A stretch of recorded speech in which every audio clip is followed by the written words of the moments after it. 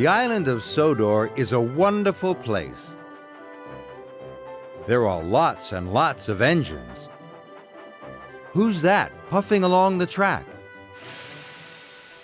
It's Thomas! Thomas is a bright blue tank engine with red stripes. He has 6 small wheels, a short funnel and dome, and the number 1 painted in yellow on his tanks. Thomas is always busy and is especially happy when he's with his carriages, Annie and Clarabelle.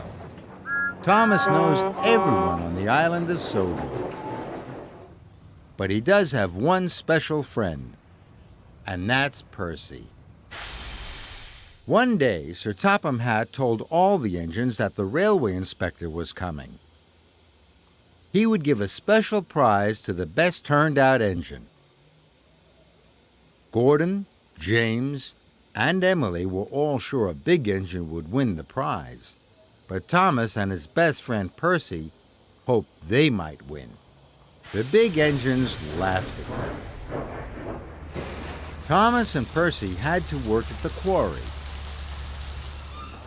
By the end of the day, Percy and Thomas were very, very dirty. Percy was sure they would never win first prize now. Thomas wanted to cheer his friend up, so they raced to the washdown.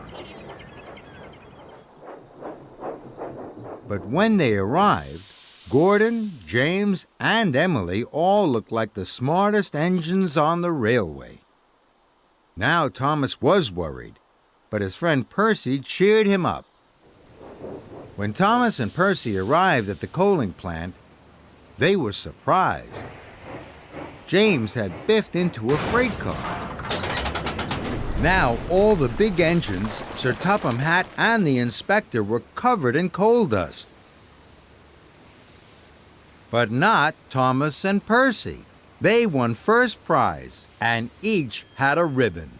Thomas knew he couldn't have done it without his friend Percy. Sometimes you need to rely on your friends. One day, Thomas was picking up telephone engineers. They were to mend the telephone poles. A great storm had blown them down. Then Thomas saw something wonderful. Edward told him about an old story. It said that there was something magical at the end of a rainbow. Thomas huffed and puffed all over the island. He was looking for the end of the rainbow. Thomas was so busy, he didn't have time to say hello to his friends. And he didn't have time to help his friend. Then there was trouble.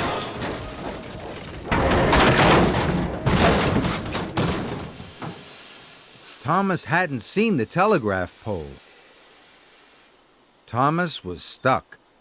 He thought none of his friends would help him. But Thomas was wrong. All Thomas's friends passed on the news that he was in trouble.